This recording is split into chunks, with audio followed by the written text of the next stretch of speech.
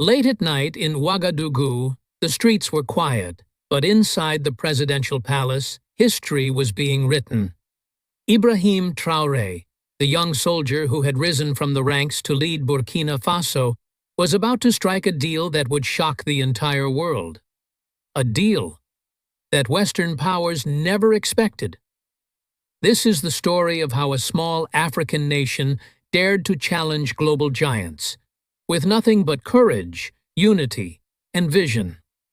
For decades, Burkina Faso, like many African nations, was trapped in a cycle.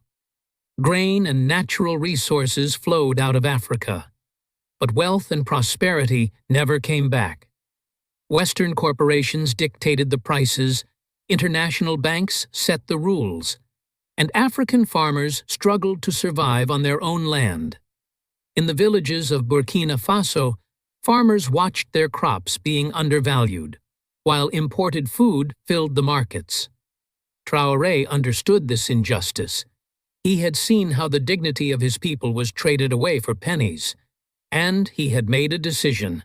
This era of exploitation would end. Far from the cameras, secret negotiations began. Not in Paris, not in Washington, but in Ouagadougou.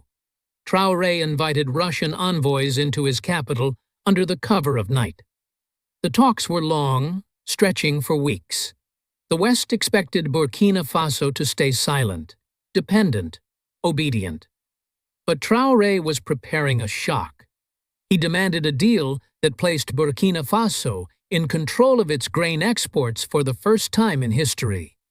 The Russians listened, and slowly, a historic pact began to take shape. When the news finally broke, the world was stunned. Burkina Faso had signed a grain export deal with Russia. The details were daring. Burkina Faso would export high-quality grain directly to Russia and its allies. Russia would provide modern agricultural technology, fertilizers, and training for African farmers. In addition, Russia agreed to secure trade routes, ensuring African products reached the world without Western interference. It was not just a trade agreement, it was a declaration of independence. Traoré had outmaneuvered the West, showing that Africa could choose its own partners. In Paris, officials were in disbelief. In Washington, think tanks rushed to emergency meetings. Analysts warned, if Africa turns east, the West will lose its grip forever. Western media outlets framed Traoré as a radical, a threat, even a destabilizer. But behind the headlines was fear. Fear that the chains of economic control over Africa were breaking. And while Western governments condemned the deal, African youth celebrated it. On social media, hashtags trended Africa Rising and Traoré, the voice of freedom. For the first time, Burkina Faso was no longer invisible. It was leading the conversation.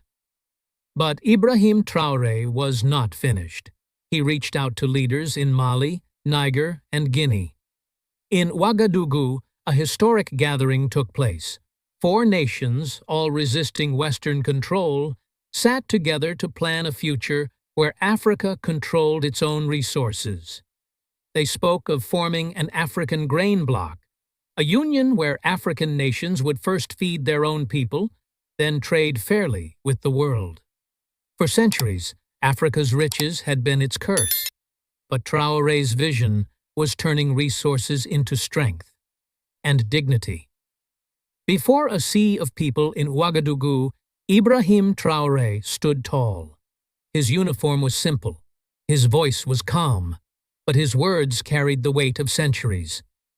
We will no longer be slaves to the West. We will trade with dignity. We will feed our people first, and Africa will rise. The crowd erupted in chants, not just in Burkina Faso, but across Africa. For millions, Traoré was not just a president. He was a symbol, the proof that a new generation of African leaders could stand unafraid before global powers. The deal with Russia was more than an economic agreement. It was a spark that lit hope across Africa and fear across the West. Would it lead to a new dawn of African unity? Or would the weight of global powers strike back harder than ever? Only time would tell. But one thing was certain. Ibrahim Traoré had changed the game forever.